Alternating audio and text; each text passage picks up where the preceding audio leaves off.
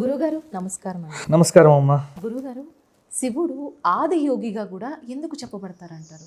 శివుడు ఆది యోగి మాత్రమే కాదు, ఈ జగత్తుకే ఆది. ఎందుకంటే జగత్తు ఉద్భవించిందే ఈశ్వరుడి వల్ల. అది దేవీ భాగవతం చదివితే మనకు అర్థమవుతుంది. అందులో మీరు ఆది యోగి, ఎందుకంటే ఈ ఆది యోగి అనేటువంటి పదము సద్గురు జగ్గి వాసుదేవ్ గారు ఎప్పుడైతే వారి ఈషా ఫౌండేషన్లో ఒక స్టాచ్యూగా పెట్టారో అప్పటి నుంచి లోకంలో చాలా ప్రాచుర్యం వచ్చింది ఆది యోగి అనేటువంటిది. నిజమే, ఆయన ఆది యోగి. ఎందుకంటే పతంజలి రాస్తాడు యోగ సూత్రాల్లో, పూర్వేషామపి గురు, అందరికంటే మొదటివాడు గురుస్వరూపం. సదాశివ సమారంభాం శంకరాచార్య మధ్యమాం అస్మదాచార్య పర్యంతాం వందే గురు పరంపరాం. మొట్టమొదటివాడు ఈశ్వరుడైతే ఈశ్వరుడికి శిష్యుడు నారాయణుడు, నారాయణుడికి బ్రహ్మ, బ్రహ్మకు శక్తి వశిష్ఠుడు, వశిష్ఠుడికి శక్తి, శక్తికి పరాశరుడు, పరాశరుడికి వ్యాసుడు, వ్యాసుడికి శుకుడు, శుకుడికి గౌడపాదుల వారు, గౌడపాదుల వారికి గోవింద భగవత్పాదులు, గోవింద భగవత్పాదుల వారికి శంకర భగవత్పాదులు, శంకర భగవత్పాదుల వారికి విద్యారణ్యులు, వారికి పరంపరలో అభినవ విద్యాతీర్థ, భారతీ తీర్థ, ప్రస్తుతము శృంగేరి జగద్గురువులు విధుశేఖర భారతి. ఇది గురు పరంపర. అంటే దక్షిణ భారతదేశంలో మనమందరం చెప్పుకునేటువంటి గురు పరంపర ఈ పరంపర. ఈ గురు పరంపరలో మొదటివాడెవరు? ఈశ్వరుడు.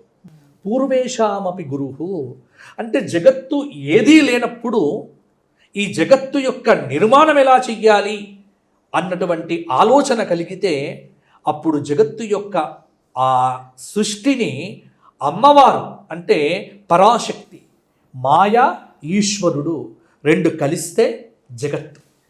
మాయతో కూడిందే జగత్తు. మాయ పోతే జగత్తు పోతుంది, మాయ ఉంటేనే జగత్తు. ఈ జగత్తు నాకు కనిపిస్తున్నది అంటే మనం మాయలో ఉన్నట్టే లెక్క. ఎప్పుడైతే జగత్తు నీకు తొలగిపోయిందో నీ మాయ, నీ భ్రాంతి తొలగిపోయింది. ఇదే భగవత్పాద శంకరులు చెప్పినటువంటి అద్భుతమైనటువంటి అద్వైత వేదాంత తత్వం. బ్రహ్మ సత్యం, జగన్మిథ్య. ఈశ్వరుడే సత్యం, ఈ జగత్తంతా మిథ్య. కానీ మిథ్యాస్వరూపమైనటువంటి జగత్తు మనకు మాయ వల్ల కనిపిస్తూ ఉన్నది. కాబట్టి ఈ మాయకు కారణం ఏమిటి అంటే పరాశక్తి, ఆవిడే మహాకాళి, మహాలక్ష్మి, మహాసరస్వతి. కాబట్టి ఈ జగత్తు ఏదీ లేనప్పుడు డార్క్ ఎనర్జీ అంటారు. మామూలుగా మీరు సైన్స్లో కూడా ఇప్పుడు మనం చూస్తున్న విశ్వంలో మనం తెలుసుకున్నటువంటి శక్తి ఎంతో తెలుసమ్మా నీకు? అంటే మొత్తం ఈ ప్రపంచం మొత్తం మీద ఇవాళ టెక్నాలజీ కావచ్చు, చాలా అద్భుతమైనటువంటి సైన్స్ కావచ్చు, మనం ఎంతవరకు తెలుసుకున్నామో తెలుసా? 5% తెలుసు, అంతే. 5%. మిగతాదంతా ఏమిటి అంటే డార్క్ ఎనర్జీ, డార్క్ మ్యాటర్. అది మనకు అర్థం కాదు. అందుకే డార్క్ ఎనర్జీ అంటే అక్కడ ఎవరు? డార్క్ అంటే నలుపు. నలుపు ఎవరికి శక్తి? మహాకాళికి. డార్క్ ఎనర్జీలో ఎవరుంటారు? మహాకాలుడు, మహాకాళేశ్వరుడు. అందుకే కాలానికి సంకేతం, టైంకి సంకేతం ఈశ్వరుడు. కాబట్టి మీరు చూడండి, ఉజ్జయిని ఉంది. ఉజ్జయిని ఆ క్షేత్రాన్ని ఏమంటారు? మహాకాలుడు అంటారు. మహాకాల శబ్దంలో కాలాన్ని నియమించేవాడెవడు అంటే ఒక ఈశ్వరుడు మాత్రమే. అందుకే దానికి సంకేతంగా మనమందరం కూడా మన శరీరాలు బూడిదైపోయిన తర్వాత వచ్చినటువంటి బూడిదితో ఆ ఈశ్వరుడికి అభిషేకం చేస్తారు. కాబట్టి అందుకే మీరు చూడండి, భూమధ్య రేఖ భారతదేశంలో ఎక్కడ ఉంది? భూమధ్య రేఖ సరిగ్గా మధ్యప్రదేశ్, ఉత్తరం వైపు ఉంటే ఉత్తరప్రదేశ్ అన్నారు. అరుణాచల ప్రదేశ్ ఈస్ట్, మధ్యప్రదేశ్ ఎక్కడ ఉంది? మధ్యప్రదేశ్ అంటే భూమధ్య రేఖ సమాంతరంగా వెళ్ళినటువంటి చోటు సరిగ్గా మధ్యప్రదేశ్, ఉజ్జయిని. కాబట్టి ఉజ్జయిని క్షేత్రంలో ఎవరున్నారు? అందుకే మన వాళ్ళు పూర్వీకులు టైం జోన్ అనేటువంటిది ఉజ్జయిని క్షేత్రం నుంచి స్టార్ట్ చేసేవారు. ఇవాళటికి కూడా కాల నిర్ణయము మహాకాలుడి దగ్గరే జరిగింది. కాబట్టి అవ్యక్తమైనటువంటి ఈ విశ్వము వ్యక్తమైనప్పుడు ఆ వ్యక్తపరిచేటువంటి శక్తి కాళిదైతే వ్యక్తపరచటానికి సహాయం చేసినటువంటి వాడు మహాకాలుడు. కాబట్టి మహాకాలుడు మహాకాళి ఇద్దరు విహరించేదే డార్క్ ఎనర్జీ, డార్క్ మ్యాటర్ అన్నారు. అంటే అది మనం కనుగొనలేము, మనం పొందలేము. కాబట్టి ఈశ్వర తత్వమే ఈ జగత్తంతా వ్యాప్తమై ఉన్నది. కాబట్టి మహాయోగి, ఆదియోగి అంటే ఈ జగత్తు ఏదీ లేనప్పుడు కూడా ఉన్నటువంటి వాడు ప్రశాంతంగా ఉంటాడు, ప్రమోదంగా ఉంటాడు, ఆనందంగా ఉంటాడు, నిర్వికారంగా ఉంటాడు. ఏ కామక్రోధ లోభ మోహ మదమాత్సర్యాది గుణాలు లేకుండగా ఉంటాడు. సదా చిత్తంలో ఉంటాడు, సదా ఆత్మధ్యానంలో ఉంటాడు, సదానంద స్వరూపంగా ఉంటాడు. దుఃఖము లేకుండగా ఉంటాడు, దుఃఖాన్ని తొలగింపజేస్తాడు, ఆనందాన్ని పంచుతాడు, ఆనంద సముద్రంలో ముంచుతాడు, సమస్త కోరికలను తీర్చేస్తాడు, సమస్త కోరికలను ప్రసాదిస్తాడు, అన్నీ ఇస్తాడు, చివరికి తనలో తాను కలుపుకుంటాడు. నీవు అనేటువంటి భావన తొలగిపోయినటువంటి రోజున నేనే నువ్వు అంటాడో, ఆ నేనే నువ్వు అనేటువంటి స్వరూపము ఎప్పుడైతే మనకు తెలుస్తుందో అదే యోగస్వరూపము. ఆ యోగస్వరూపము తెలిసినప్పుడే చిదానంద రూప శివోహం శివోహం. ఆ స్వరూపం మనకు అనుభూతిలోకి వస్తే ఆదియోగి. ఆ ఆదియోగిగా మనం అయితేనే ఆ యోగస్వరూపం ఏంటో తెలుస్తుంది. కాబట్టి ఆదియోగి ఆయన, ఆ ఆదియోగిగా మనం మారగలగాలి. ఇది సాధన. ఈ సాధన వైపే మన ప్రయాణం. కాబట్టి చిదానంద రూప. బుద్ధి నువ్వు కాదు, తేజస్సు నువ్వు కాదు, ఇంద్రియాలు నువ్వు కాదు, చైతన్యం నువ్వు కాదు, పంచభూతాలు నువ్వు కాదు, ఇవేవీ నువ్వు కాదు. నువ్వెవరు అంటే చిదానంద రూప శివోహం శివోహం. కాబట్టి సృష్టిలో ఉన్నదే శివము. ఈ శివము తొలగిపోతే శవము. కాబట్టి శివము ఉన్నటువంటి వాడు ఆదియోగి. కాబట్టి మనం ఆ యోగిగా మారాలి. మారటానికి సాధనయే ఈ మహాశివరాత్రి పర్వదినం వచ్చింది.